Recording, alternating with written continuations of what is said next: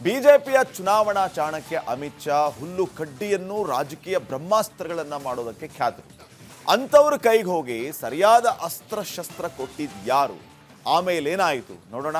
Top story number 1 ಅಲ್ಲಿ ಎರಡನೇ story, rebel deadline fix. ನೋಡೋಣ, ಮಾಡೋಣ, ಆಗತ್ತೆ ಹೋಗುತ್ತೆ ಅನ್ನೋ ಟೈಮ್ ಎಲ್ಲ ಈಗ ಮುಗಿದೋಗಿದೆ. ಅದೇ ಕಾರಣಕ್ಕೆ ಡೆಡ್ಲೈನೂ ಫಿಕ್ಸ್ ಆಗಿದೆ. ಅದ್ಯಾವ ಡೆಡ್ಲೈನು, ಮುಹೂರ್ತ ಫಿಕ್ಸ್ ಮಾಡಿದ ಯಾರು, ಯಾವ ನಕ್ಷತ್ರ, ಯಾವ ತಿಥಿ ನೋಡೋಣ. ಒಳನೋಟ ಟಾಪ್ ಸ್ಟೋರಿ ನಂಬರ್ 2 ರಲ್ಲಿ. ಈಗ ಟಾಪ್ ಸ್ಟೋರಿ ನಂಬರ್ 1. ಬೆಂಗಳೂರಿನ ಹಳೆ ಹುಲಿ ಖ್ಯಾತಿಯ ವಿ ಸೋಮಣ್ಣ ಬಿಜೆಪಿಯ ಚುನಾವಣಾ ಚಾಣಕ್ಯ ಖ್ಯಾತಿಯ ಅಮಿತ್ ಶಾ ಅವರನ್ನ ಭೇಟಿ ಮಾಡಿ ಅರ್ಧ ಗಂಟೆ ಮಾತಾಡಿದ್ದಾರೆ. ಅದರಲ್ಲೂ ಸೋಮಣ್ಣ ಮಾತಾಡೋಕೆ ಹೋಗಿದ್ದು ಎಲೆಕ್ಷನ್ ವಿಷಯ. ಆದ್ದರಿಂದ ಚುನಾವಣಾ ಚಾಣಕ್ಯರಿಗೆ ಎಲ್ಲಿಲ್ಲದ ರಣೋತ್ಸಾಹ. ಹಾಗಾದ್ರೆ ಅಲ್ಲಿ ಡಿಸ್ಕಸ್ ಆಗಿದ್ದು ಯಾವ ಎಲೆಕ್ಷನ್ ವಿಷಯ, ಏನ್ ಮ್ಯಾಟರು ಅನ್ನೋದನ್ನ ನಮ್ಮ ಸುದ್ದಿ ಚಾಣಕ್ಯ ಗುಸುಗುಸು ಗೋವಿಂದಣ್ಣ ಪತ್ತೆ ಮಾಡಿ ತಂದಿದ್ದಾರೆ. ಆ ವಿವರ ಇಲ್ಲಿದೆ.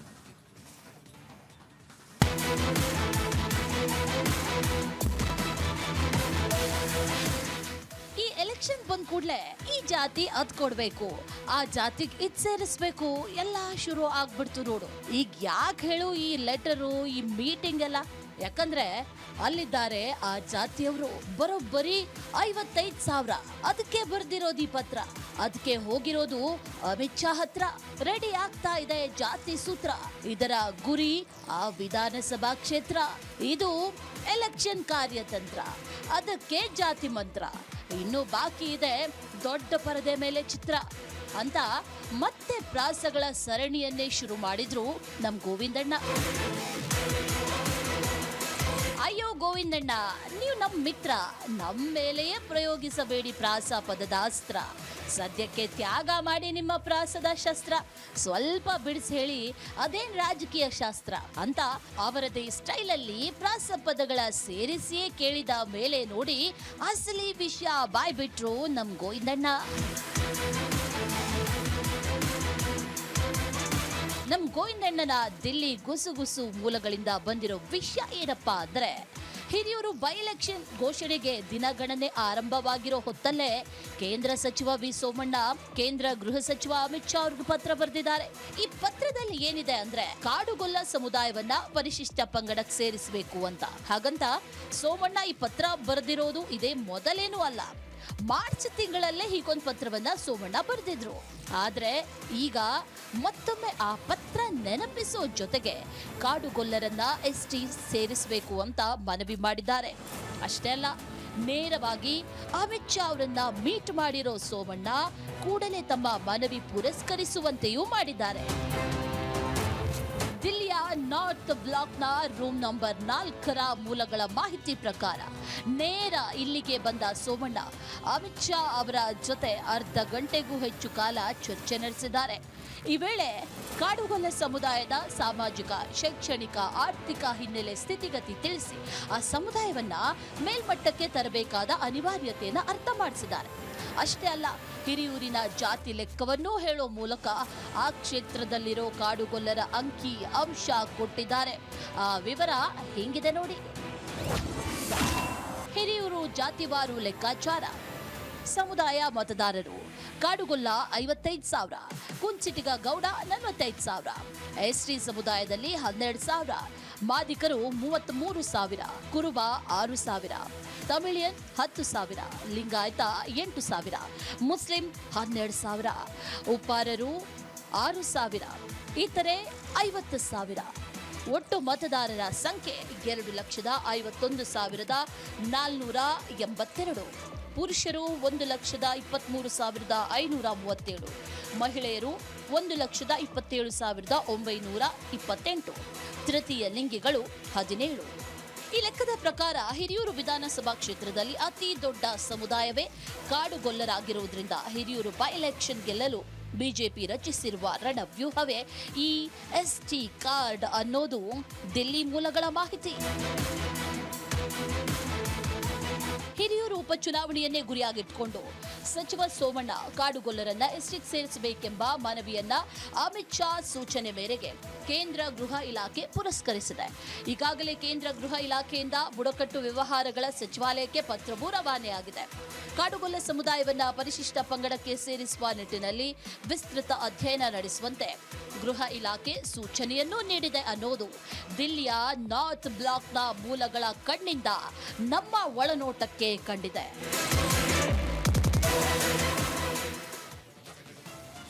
ನೋಡಿ, ಹಿರಿಯೂರಿನಲ್ಲಿ ಜಾತಿ ಲೆಕ್ಕವನ್ನ ಮೀರುತ್ತಾ ಅನುಕಂಪ ಅನ್ನುವಂತಹ ಪ್ರಶ್ನೆ ಇದೆ. ಬಿಜೆಪಿಯವರು ಕಾಡುಗೊಲ್ಲರ ಸೆಳೆಯೋದಕ್ಕೆ ಭಾರಿ ತಂತ್ರಗಳನ್ನ ಮಾಡ್ತಾ ಇದ್ದಾರೆ. ಅದಕ್ಕೆ ಕಾಡುಗೊಲ್ಲರ ಎಸ್ಟಿಗೆ ಸೇರಿಸುವಂತಹ ಪ್ರಚಾರ ತಂತ್ರವನ್ನು ಕೂಡ ತಮ್ಮದಾಗಿಸಿಕೊಂಡಿದ್ದಾರೆ. ಇನ್ನು ಕಾಂಗ್ರೆಸ್ ಪಾರ್ಟಿಯವರ ಲೆಕ್ಕಾಚಾರ ಏನು ಅಂತಂದ್ರೆ, ಕೈ ಪಕ್ಷದಿಂದ ನಿಧನರಾದವರ ಕುಟುಂಬಕ್ಕೆ ಟಿಕೆಟ್ ಕೊಡುವಂತಹ ಸೂತ್ರಕ್ಕೆ ಮುಂದಾಗಿದ್ದಾರೆ. ಸೊ ಆ ಫಾರ್ಮುಲಾ ಪ್ರಕಾರ ಸುಹಾಸ್ಗೆ ಟಿಕೆಟ್ ಕೊಡೋದು ಖಚಿತ ಆಗುತ್ತಾ? ಹಾಗಿದ್ರೆ ಸುಧಾಕರ್ ಮಗ್ಗೆ ಕೈ ಹಿಡಿಯೋದು ಕಾಡುಗೊಲ್ಲ ಸಮುದಾಯ ಓಲೈಕೆ ತಂತ್ರವಾ, ಅನುಕಂಪದ ಆಧಾರದ ಮೇಲೆ ಟಿಕೆಟ್ ಕೊಟ್ಟ ಸೂತ್ರವೋ? ಇವೆಲ್ಲವೂ ಕೂಡ ಇಲ್ಲಿ ಪ್ರಶ್ನೆ ಆಗುತ್ತೆ. ಆಮೇಲೆ ಇವರು ಡಿಸೈಡಿಂಗ್ ಫ್ಯಾಕ್ಟರ್ ಆಗ್ತಾರೆ ಅಂತಂದ್ರೆ ಕಾಂಗ್ರೆಸ್ನವರು ಏನು ಸುಮ್ಮನೆ ಕೂರ್ತಾರ? ಕಾಂಗ್ರೆಸ್ನವರು ಕೂಡ ಕಾಡುಗೊಲ್ಲರನ್ನ ಸೆಳೆಯುವಂಥ ತಂತ್ರ ಹೆಂಗೆ? ಇದಿಲ್ಲದೆ ಕಾಂಗ್ರೆಸ್ ಅಲ್ಲಿ ಗೆದ್ದು ಬಿಡುತ್ತಾ? ಬಿಜೆಪಿಯವರು ಏನೇ ತಂತ್ರಗಳನ್ನು ರೂಪಿಸಿಕೊಂಡ್ರು ಕೂಡ ಅದಕ್ಕೆ ಕೌಂಟರ್ ಆಗಿ ಕಾಂಗ್ರೆಸ್ನವರು ಕೂಡ ನಾನಾ ರೀತಿಯ ಸ್ಟ್ರಾಟಜಿಯನ್ನು ಮಾಡ್ತಾರೆ. ಹಾಗಿದ್ರೆ ಇಲ್ಲಿ ಅಸಲಿಗೆ ಈ ಕಾಡುಗೊಲ್ಲರನ್ನ ಎಸ್ಟಿಗೆ ಸೇರಿಸ್ತೀವಿ ಅನ್ನುವಂತಹ ಆ ಒಂದು ಫಾರ್ಮುಲಾ ವರ್ಕೌಟ್ ಆಗುತ್ತಾ, ಅಥವಾ ಕಾಂಗ್ರೆಸ್ನವರ ಈ ಅನುಕಂಪದ ವಿಚಾರ ವರ್ಕೌಟ್ ಆಗುತ್ತಾ? ಇಲ್ಲಿ ಅಸಲಿಗೆ ಹಿರಿಯೂರಿನಲ್ಲಿ ಈ ಸಾರಿ ಕಳೆದ ಸಾರಿಯಂತೆ ವಾತಾವರಣ ಇದೆಯಾ? ಅದು ಕೂಡ ಮುಖ್ಯ ಆಗುತ್ತೆ. ಕಳೆದ ಸಾರಿಯ ಆ ಒಂದು ವಾತಾವರಣ ಈ ಸಾರಿಯ ವಾತಾವರಣಕ್ಕೆ ಬಹಳ ವ್ಯತ್ಯಾಸಗಳಾಗುತ್ತೆ. ಅನುಕಂಪವನ್ನು ಮೀರಿ ಬೇರೆ ರೀತಿಯ ವಿಚಾರಗಳೇನಾದರೂ ವರ್ಕೌಟ್ ಆಗುತ್ತಾ ಅನ್ನುವಂತಹ ಪ್ರಶ್ನೆಯೂ ಕೂಡ ಮೂಡುತ್ತೆ. ಸೊ ಅನುಕಂಪ ಒಂದೇ ಇಟ್ಕೊಂಡು ಕಾಂಗ್ರೆಸ್ನವರು ಎಲೆಕ್ಷನ್ಗೆ ಹೋಗ್ತಾರಾ? ಈ ಅನುಕಂಪಕ್ಕೆ ಕೌಂಟರ್ ಕೊಡೋದಕ್ಕೆ ಕಾಡುಗೊಲ್ಲರನ್ನ ಈಗ ಫೋಕಸ್ ಮಾಡುವಂಥ ಕೆಲಸ ಬಿಜೆಪಿ ಅವರಿಂದ ಆಗ್ತಾ ಇದೆ. ಆ ವಿಚಾರ ಕಾಂಗ್ರೆಸ್ನವ್ರಿಗೆ ಗೊತ್ತಾದರೆ ಕಾಂಗ್ರೆಸ್ನವರು ಸುಮ್ಮನೆ ಕೂರ್ತಾರಾ? ಇದು ರಾಜಕೀಯ. ಇಲ್ಲಿ ಪಟ್ಟುಗಳ ಮೇಲೆ ಪಟ್ಟು ಬಿದ್ರನೇ ರಾಜಕೀಯ. ಸೊ ಈ ನಿಟ್ಟಿನಲ್ಲಿ ಯಾವ ರೀತಿ ಲೆಕ್ಕಾಚಾರ ಇದೆ ಅನ್ನೋದ್ರ ಬಗ್ಗೆ ಗುಸುಗುಸು ಗೋವಿಂದಣ್ಣ ಹಿರಿಯೂರಿನಲ್ಲಿ ಏನು ನಡೀತಾ ಇದೆ ಅನ್ನೋದ್ರ ಬಗ್ಗೆ ಗುಸುಗುಸು ಗೋವಿಂದಣ್ಣ ಅವರ ಕ್ಲೋಸ್ ಫ್ರೆಂಡ್ ವೀರೇಂದ್ರ ಅವರಿಗೆ ವಿಚಾರಗಳನ್ನು ತಿಳಿಸಿದ್ದಾರೆ ಅಂತ ನಾನು ಅನ್ಕೋತೀನಿ. ವೀರೇಂದ್ರ ಅವರ ಹತ್ರ ಹೋಗ್ತೀನಿ ನಾನು. ವೀರೇಂದ್ರ, ಹೇಳಿ, ಈ ಹಿರಿಯೂರಿನಲ್ಲಿ ಏನೆಲ್ಲ ಲೆಕ್ಕಾಚಾರಗಳು ನಡೀತಾ ಇದೆ ಅಂತ ಹೇಳಿ. ವೀರೇಂದ್ರ, ಬಹುಶಃ ಈಗ ಗುಸುಗುಸು ಗೋವಿಂದಣ್ಣ ಅವರು ಎಲ್ಲ ರೀತಿಯ ವಿಚಾರಗಳನ್ನು ಕೆದಕೋದ್ರಲ್ಲಿ ಬಹಳ ಬ್ಯುಸಿಯಾಗಿದ್ದಾರೆ. ಅಲ್ಲಿ ಏನು ನಡೀತಾ ಇದೆ, ಇಲ್ಲೇನು ನಡೀತಾ ಇದೆ, ಯಾವ ವಿಚಾರಗಳು ಭಾರಿ ಚರ್ಚೆ ಆಗ್ತಾ ಇದೆ, ಯಾವ ಸೂತ್ರವನ್ನು ಹಿಡಿದ್ರೆ ಎಲ್ಲಿ ಏನು ವರ್ಕೌಟ್ ಆಗುತ್ತೆ, ಈ ವಿಚಾರಗಳನ್ನು ಗುಸುಗುಸು ಗೋವಿಂದಣ್ಣವರು ಬಹಳ ಮೊದಲಿನಿಂದನೂ ಅವರು ಪರಮನಿಷ್ಠೆ ಈ ವಿಚಾರಗಳನ್ನು ತಿಳ್ಕೊಳ್ಳೋದ್ರಲ್ಲಿ. ಸೊ ಅದನ್ನು ಮುಂದುವರಿಸ್ಕೊಂಡು ಹೋಗ್ತಾ ಇದ್ದಾರೆ. ಹಿರಿಯೂರಿಗೂ ಕೂಡ ಹೋಗಿದ್ದಾರೆ ಈಗ ಗುಸುಗುಸು ಗೋವಿಂದಣ್ಣ ಅವರು. ಸೊ ಹಿರಿಯೂರಿನಲ್ಲಿ ಏನು ನಡೀತಾ ಇದೆ, ಈ ಲೆಕ್ಕಾಚಾರ ವರ್ಕೌಟ್ ಆಗುತ್ತೆ ಅಂತ ಅನಿಸುತ್ತಾ ಗೋವಿಂದಣ್ಣ ಅವರಿಗೆ? ಇದಕ್ಕೆ ಒಂದು ನಿದರ್ಶನ ಇದೆ, ಅಂದರೆ ಒಂದು ಸಾಕ್ಷ್ಯ ಅಂತಲೇ ಹೇಳ್ಬೋದು ಪಾಟೀಲ್ರೆ. ಏನು ಸಾಕ್ಷ್ಯ ಅಂತ ಹೇಳ್ತೀನಿ ಕೇಳಿ. 2020ರಲ್ಲಿ ಶಿರಾ ಬೈ ಎಲೆಕ್ಷನ್ ನಡೆದಿತ್ತು. ನೀವು ಗೊತ್ತು, ಅಲ್ಲಿ ಗೊಲ್ಲ ಸಮುದಾಯ ಅಲ್ಲೂ ಕೂಡ ಬಹಳ ಗಣನೀಯ ಸಂಖ್ಯೆಯಲ್ಲಿದೆ. ಆ ಬೈ ಎಲೆಕ್ಷನ್ನಲ್ಲಿ ನೀವು ನೆನಪಿರ್ಬೋದು, ಬಿ ಜೆ ಪಿಯಿಂದ ರಾಜೇಶ್ ಗೌಡರು, ಕಾಂಗ್ರೆಸ್ನಿಂದ T B Jayachandra, senior most ಆಯಿತಾ. ಅಂಥ ಟಿ ಬಿ ಜಯಚಂದ್ರ ಅವ್ರ ಎದುರುಗಡೆ ರಾಜೇಶ್ ಗೌಡರು ಹೇಗೆ ಗೆಲ್ತಾರೆ ಅನ್ನೋಂಥ ಪ್ರಶ್ನೆ ಇತ್ತಲ್ಲ, ಅವಾಗ ಯಾವ ದಾಳ ಪ್ರಯೋಗಿಸಿದ್ರು ಅಂದರೆ, ಇದೇ ಕಾಡುಗೊಲ್ಲರಿಗೆ ಒಂದು ನಿಗಮ ಮಂಡಳಿನ ಅನೌನ್ಸ್ ಮಾಡ್ತಾರೆ, ಆ ನಿಗಮ ಮಂಡಳಿ ಸ್ಥಾಪನೆ ಮಾಡ್ತಾರೆ.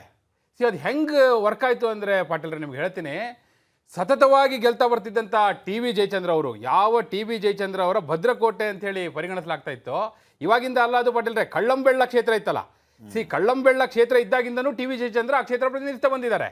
ಆದರೆ 2008ರಲ್ಲಿ ಕ್ಷೇತ್ರಗಳ ಪುನರ್ವಿಂಗಡಣೆ ಆದ ನಂತರ ಅವರು ಶಿರಾಗೆ ಅದು ಚೇಂಜ್ ಆಯಿತು, ಶಿರಾಗೆ ಬಂದರು. ಬಟ್ ಅಲ್ಲಿ ಸೋಲು ಕಂಡಿದ್ದಾರೆ, ಗೆಲುವು ಕಂಡಿದ್ದಾರೆ. ಅಂಥ ಟಿ ಬಿ ಜಯಚಂದ್ರ ಅವರ ಭದ್ರಕೋಟೆಯಲ್ಲಿ ಗೆಲ್ಲಿ ಕಾರಣ ಆಗಿದ್ದು ಇದೇ ಕಾಡುಗೊಲ್ಲ ಅಭಿವೃದ್ಧಿ ನಿಗಮ. ಅವತ್ತು ಆ ಕಾರ್ಯತಂತ್ರ ವರ್ಕ್ ಆಯ್ತಲ್ಲ. ಈಗ ಸೋಮಣ್ಣ ಅವರು ನಾರ್ತ್ ಬ್ಲಾಕ್, ದಿಲ್ಲಿ ನಾರ್ತ್ ಬ್ಲಾಕಿಗೆ ಹೋಗಿದ್ದಾರೆ. ಗೋವಿಂದಣ್ಣವ್ರು ಹೋಗಿರೋದು ಅದೇ ದಿಲ್ಲಿಯ ನಾರ್ತ್ ಬ್ಲಾಕ್ಗೆ. ಬರೀ ಹಿರಿಯರು ಅಷ್ಟೇ ಅಲ್ಲ ಪಾಟೀಲ್ರೆ, ಅಲ್ಲಿ ನಾರ್ತ್ ಬ್ಲಾಕ್ಗೆ ಹೋಗಿದ್ದಾರೆ, ದಿಲ್ಲಿಗೆ. ಅಲ್ಲಿ ಹೋಗಿ ಅಲ್ಲಿ ಅವ್ರಿಗೆ ಸಿಕ್ಕಿರೋ ಇನ್ಫಾರ್ಮೇಷನ್ ಏನಂದರೆ, ಸೋಮಣ್ಣವರು ಒಂದು ಕಲ್ಲು ತಗೊಂಡೋಗಿ ಎರಡು ಅಕ್ಕಿ ಹೊಡೆದು ಬಂದಿದ್ದಾರೆ. ಯಾವ್ದು 2 ಅಕ್ಕಿ? ಒಂದು, ಹಿರಿಯೂರಲ್ಲಿ 55,000 ಕಾಡುಗೊಲ್ಲ ಸಮುದಾಯ ಇದೆ, ಹೈಯೆಸ್ಟ್ ಆ ಇಡೀ ಕಾನ್ಸ್ಟಿಟ್ಯೂನ್ಸಿಯಲ್ಲಿ. ನಾವೀಗ ಲೆಕ್ಕಾಚಾರ ಕೊಟ್ಟವಲ್ಲ, ನೀವು ನೋಡಿದ್ರಲ್ಲ, ಹೈಯೆಸ್ಟ್ ಯಾರು ಅಂದರೆ ಕಾಡುಗೊಲ್ಲ ಸಮುದಾಯ. ಅಟ್ ದ ಸೇಮ್ ಟೈಮ್ ನಾ ಶಿರಾ ಕತೆ ಹೇಳಿದ್ನಲ್ಲ ಪಾಟೀಲ್ರೆ, ಶಿರಾ ಇರೋದೆಲ್ಲಿ? ತುಮಕೂರು ಲೋಕಸಭಾ ಕ್ಷೇತ್ರದಲ್ಲಿ. ತುಮಕೂರು ಲೋಕಸಭಾ ಕ್ಷೇತ್ರವನ್ನು ಪ್ರತಿನಿಧಿಸ್ತಾ ಇರೋದು ಯಾರು? ಸೋಮಣ್ಣ ಅವರು. ಸೊ ಅವರಿಗೆ ಅಟ್ ದ ಸೇಮ್ ಟೈಮ್ ಹಿರಿಯೂರಲ್ಲೂ ಅಡ್ವಾಂಟೇಜ್ ಆಗಬೇಕು, ಇಲ್ಲಿ ಅವರ ಲೋಕಸಭಾ ಕ್ಷೇತ್ರದಲ್ಲೂ ಅಡ್ವಾಂಟೇಜ್ ಆಗಬೇಕು. ಹಂಗೆ ಒಂದೇ ಕಲ್ಲಲ್ಲಿ 2 ಹಕ್ಕಿ ಹೊಡೆಯುವಂಥ ಕಲ್ಲನ್ನು ಯಾರ ಹತ್ರ ಕೊಟ್ಟರು? ಚಾಣಕ್ಯ ಅಂತೇಳಿ ಬಿ ಜೆ ಪಿಯವ್ರು ಹೇಳ್ಕೊತಾರಲ್ಲ, ಅಮಿತ್ ಶಾ ಚುನಾವಣಾ ಚಾಣಕ್ಯ ಅವ್ರು ಕೈ ಕೊಟ್ಟರು, ಅವ್ರು ಬಿಡ್ತಾರಾ? ಕೂಡಲೇ ಅದನ್ನು ಹೋಮ್ ಮಿನಿಸ್ಟ್ರಿಯಿಂದ ಮೂವ್ ಮಾಡಿಸೇ ಬಿಟ್ರು ST ವೆಲ್ಫೇರ್ಗೆ. ಅಲ್ಲಿ ಏನಾಗುತ್ತೆ, ಅಲ್ಲಿ ಒಂದು ಕುಲಶಾಸ್ತ್ರೀಯ ಅಧ್ಯಯನ ಅಂತ ಆಗಿ ಆ ಮೂಲಕ ಅದಕ್ಕೆ ಒಂದು ಕಾಡುಗೊಲ್ಲ ಸಮುದಾಯಕ್ಕೆ ಪರಿಶಿಷ್ಟ ಪಂಗಡದ ಸ್ಥಾನಮಾನ ಕೊಡುವ ನಿಟ್ಟಿನಲ್ಲಿ BJP ಮುಂದಾಗಿದೆ. ಈಗ ಎಲೆಕ್ಷನ್ ಟೈಮು, ಬೈ ಎಲೆಕ್ಷನ್ ಈ ತಿಂಗಳು ಎಂಡಿಗೆ ಅನೌನ್ಸ್ ಆಗುತ್ತೆ ಪಾಟೀಲ್ರೆ. ಸಾಕಲ್ಲ ಪ್ರಚಾರಕ್ಕೆ ಇದಕ್ಕಿಂತ ಇನ್ನೇನು ಬೇಕು? ಇದಕ್ಕಿಂತ ದೊಡ್ಡ ಅಸ್ತ್ರ ಬೇಕಾ? ನಿಜ ಕಾಂಗ್ರೆಸ್ ಅವರು ಎಲ್ಲ ಪ್ರಯತ್ನ ಮಾಡ್ತಾರೆ. ಕಾಂಗ್ರೆಸ್ಸಲ್ಲೂ ಕೂಡ ಕಳೆದ ಚುನಾವಣೆಯಲ್ಲಿ 2023ರಲ್ಲಿ ಈ ಕಾಡುಗೊಲ್ಲ ಸಮುದಾಯದವ್ರನ್ನೇ ಕ್ಯಾಂಡಿಡೇಟ್ ಮಾಡಿದ್ದಾಗಿತ್ತು. ಅಂದರೆ ಯಾವಾಗ ಈ ನೀವು ಶಿರಾ ಅಂತೇಳಿ ತೆಗೆದುಕೊಂಡ್ರೆ ಅಥವಾ ಎಲ್ಲೆಲ್ಲಿ ಕಾಡುಗೊಲ್ಲ ಸಮುದಾಯ ಇದೆ ಅಲ್ಲಿ. ಬಟ್ ಹಿರಿಯೂರಲ್ಲಿ ಏನಾಗಿತ್ತು ಅಂದರೆ ಅಲ್ಲಿ ಸುಧಾಕರ್ ಅವರು ನೀವು ನೋಡೋಕೆ ಹೋದರೆ ಅಲ್ಲಿ ಆ ಕಮ್ಯುನಿಟಿ ಇಲ್ಲವೇ ಇಲ್ಲ, ಜೈನ ಸಮುದಾಯ ಅವ್ರದ್ದು. ನೀವು ಲೆಕ್ಕ ಹಾಕಿದ್ರೆ 3-4 ಸಾವಿರ ಓಟ್ ಸಿಗಲ್ಲ ಪಾಟೀಲ್ರೆ. ಅಂಥವ್ರಲ್ಲಿ ಗೆಲ್ತಾ ಇದ್ರು ಅಂದರೆ ಅವರ ಸ್ವಂತ ಬಲದ ಮೇಲೆ. ಅವರೀಗ ನಿಧನರಾಗಿದ್ದಾರೆ. ಅವರ ಪುತ್ರ ಸುಹಾಸ್ಗೆ ಟಿಕೆಟ್ ಕೊಡಬೇಕು ಅಂತ ಆಲ್ಮೋಸ್ಟ್ ತೀರ್ಮಾನ. ಯಾಕೆ ಅಂತ ಹೇಳ್ತೀನಿ ನೋಡಿ, ಅದಕ್ಕೂ ಸಾಕ್ಷ್ಯ ಇದೆ ಪಾಟೀಲ್ರೆ. ದಾವಣಗೆರೆಯಲ್ಲಿ ಬೈ ಎಲೆಕ್ಷನ್ ಆಯಿತು, ಶಾವನೂರು ಶಿವಶಂಕರಪ್ಪನವ್ರು ನಿಧನರಾಗಿದ್ದರು, ಅವರ ಮೊಮ್ಮಗನಿಗೆ ಟಿಕೆಟ್ ಕೊಡಬೇಕು ಅಂತ ಆಯಿತು. ಬಾಗಲಕೋಟೆಯಲ್ಲಿ HY ಮೇಟಿ ನಿಧನರಾಗಿದ್ದರು, ಅವರ ಪುತ್ರನಿಗೆ ಉಮೇಶ್ ಮೇಟಿ ಅವರಿಗೆ ಟಿಕೆಟ್ ಕೊಟ್ಟರು. ಅದೇ ಮಾನದಂಡ ಇಲ್ಲೂ ಅನುಸರಿಸಿ ಅನ್ನೋ ಕೂಗಿಗಾಗಲೇ ಇದ್ದಿದೆ. ಅದೇ ಕಾರಣಕ್ಕಾಗಿ ಸುಹಾಸ್ ಅವರಿಗೆ ಅಂದರೆ ನಿಧನರಾದಂಥ D. ಸುಧಾಕರ್ ಅವರ ಪುತ್ರನಿಗೆ ಟಿಕೆಟ್ ಕೊಡಬೇಕು ಅಂತೇಳಿ ಆಗಿದೆ.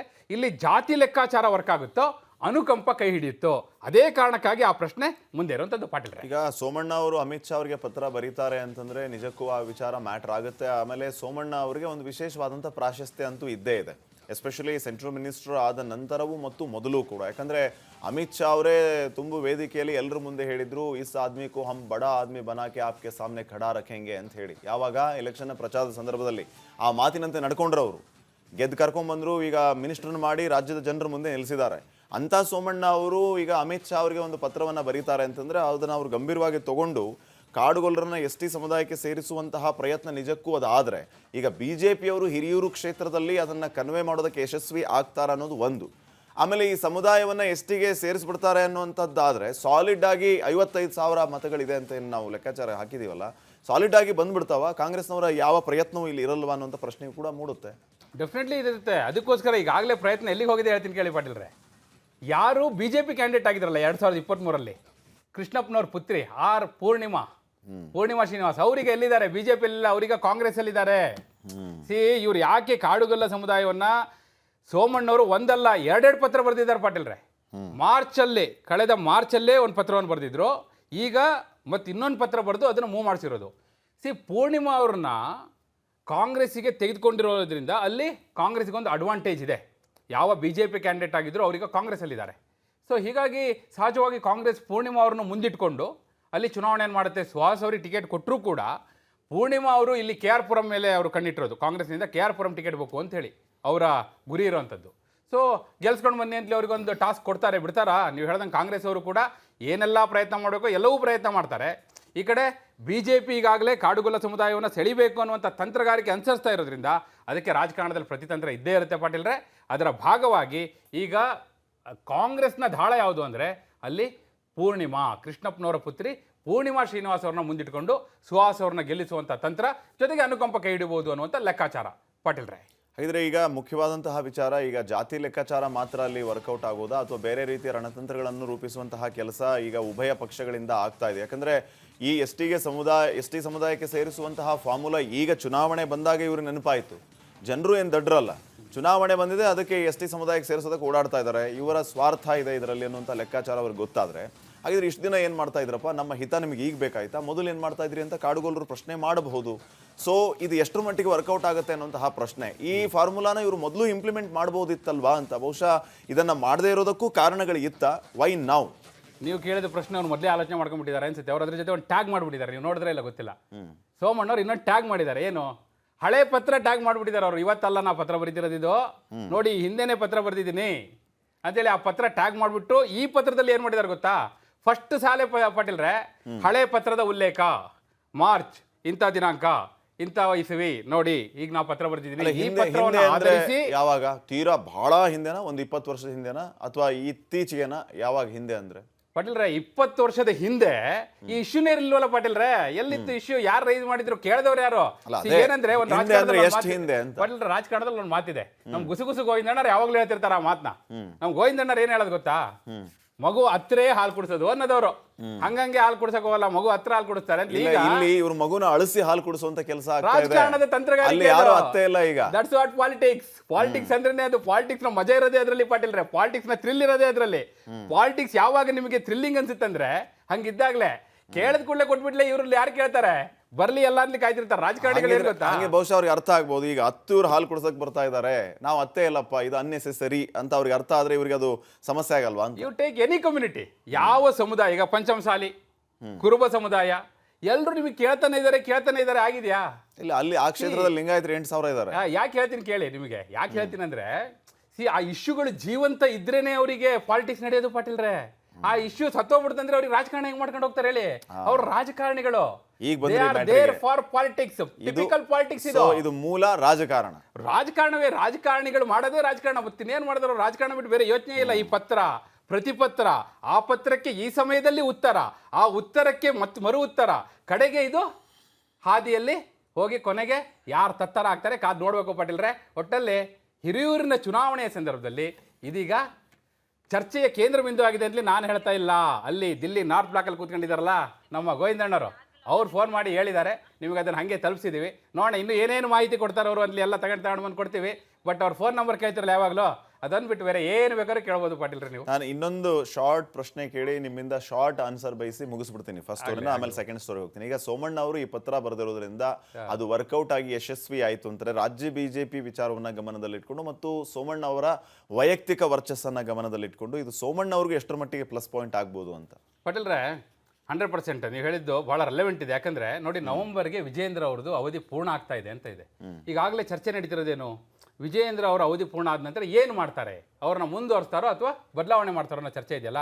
ಆ ಹಿನ್ನೆಲೆಯಲ್ಲಿ ನೋಡಿದ್ರೆ ಸೋಮಣ್ಣ ಅವರಿಗೆ ಅಮಿತ್ ಶಾ ಅವ್ರನ್ನ ಭೇಟಿಯಾಗಿ ಇಂಥದ್ದೊಂದು ಪ್ರಪೋಸಲ್ ಮುಂದಿಟ್ಟು ಒಂದು ವೇಳೆ ಹಿರಿಯೂರಲ್ಲಿ ಏನಾದರೂ ಇದು ವರ್ಕ್ ಆದರೆ ಡೆಫಿನೆಟ್ಲಿ ಸೋಮಣ್ಣ ಅವರಿಗೆ ಅದರಲ್ಲೊಂದು ಅಡ್ವಾಂಟೇಜ್ ಇದೆ. ಅದು ಯಾವ ರೂಪದಲ್ಲಿ ಆಗುತ್ತೆ?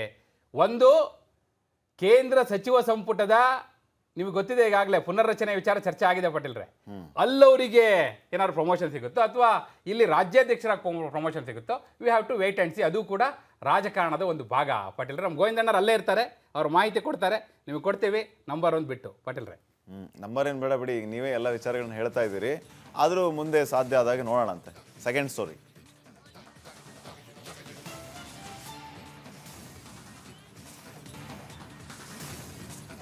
ಸಚಿವ ಸ್ಥಾನ ಬಂಡೆದ್ದಿರೋದು, ಬಂಡೆದ್ದವರನ್ನ ಸಿಎಂ ಮಾಡಿದ RAF ಟೀಮು ಸಮಾಧಾನ ಮಾಡೋ ಪ್ರಯತ್ನ ಮಾಡ್ತಾ ಇರೋದು ಎಲ್ರಿಗೂ ಗೊತ್ತು.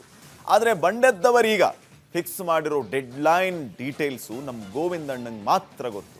ಅದನ್ನ ಅವರೇ ಹೇಳಿದ ಪರಿ ಹೀಗಿತ್ತು, ನೋಡ್ಕೊಂಬನ್ನಿ.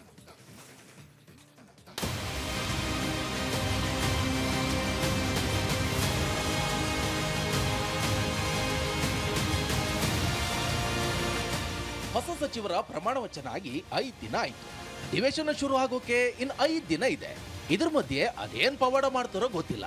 ಆದ್ರೆ ಹೋದ್ ಕಡೆ ಬಂದ್ ಕಡೆ ಎಲ್ಲ ಸರಿ ಮಾಡ್ತೀವಿ ಅಂತಿದ್ದಾರೆ. ಈ ಕಡೆ ಸರಿ ಮಾಡೋದಿದ್ರೆ ಅದು 5 ದಿನದೊಳಗೆ ಸರಿ ಮಾಡಿ ಅಂತ ಪಟ್ಟು ಹಾಕೊಂಡು ನಿಂತಿದ್ದಾರೆ. ಒಟ್ನಲ್ಲಿ ಡೆಡ್ ಲೈನ್ ಫಿಕ್ಸ್ ಆಗಿದೆ ನೋಡಿ ಅಂತ ಯಾವುದೋ ಡೆಡ್ ಲೈನ್ ವಿಷಯ ಮಾತಾಡ್ತಾ ಬಂದ್ರು ನಮ್ ಗೋವಿಂದಣ್ಣ. ಅರೆ ಗೋವಿಂದಣ್ಣ, ಅದ್ ಯಾವ ಡೆಡ್ ಲೈನು, ಯಾರು ಹಾಕಿರೋ ಡೆಡ್ ಲೈನು, ಯಾಕೆ ಡೆಡ್ ಲೈನು ಅಂತ ಲೈನ್ ಆಗಿ ಪ್ರಶ್ನೆ ಕೇಳಿದ್ದಕ್ಕೆ ಎಕ್ಸ್ಪ್ಲೈನ್ ಮಾಡೋಕೆ ಶುರು ಮಾಡಿದ್ರು ಡೆಡ್ ಲೈನ್ ಪಾಲಿಟಿಕ್ಸ್ ಕತೆ.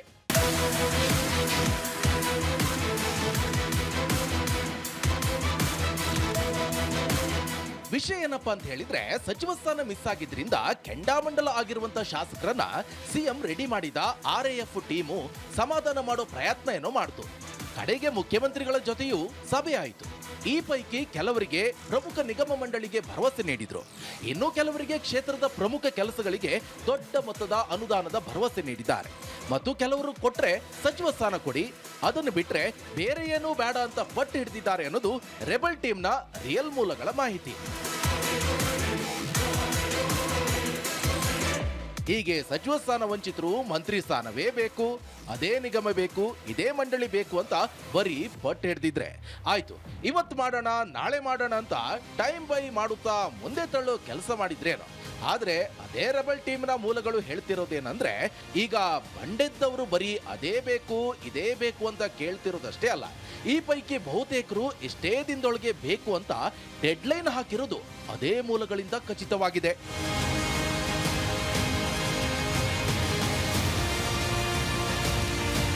ಹಂಗಾದ್ರೆ ಯಾವುದದು ಡೆಡ್ಲೈನ್ ಅಂತ ಕೇಳಿದ್ರೆ ಇದೇ ಅಧಿವೇಶನವೇ ಡೆಡ್ಲೈನ್ ಅಂತೆ.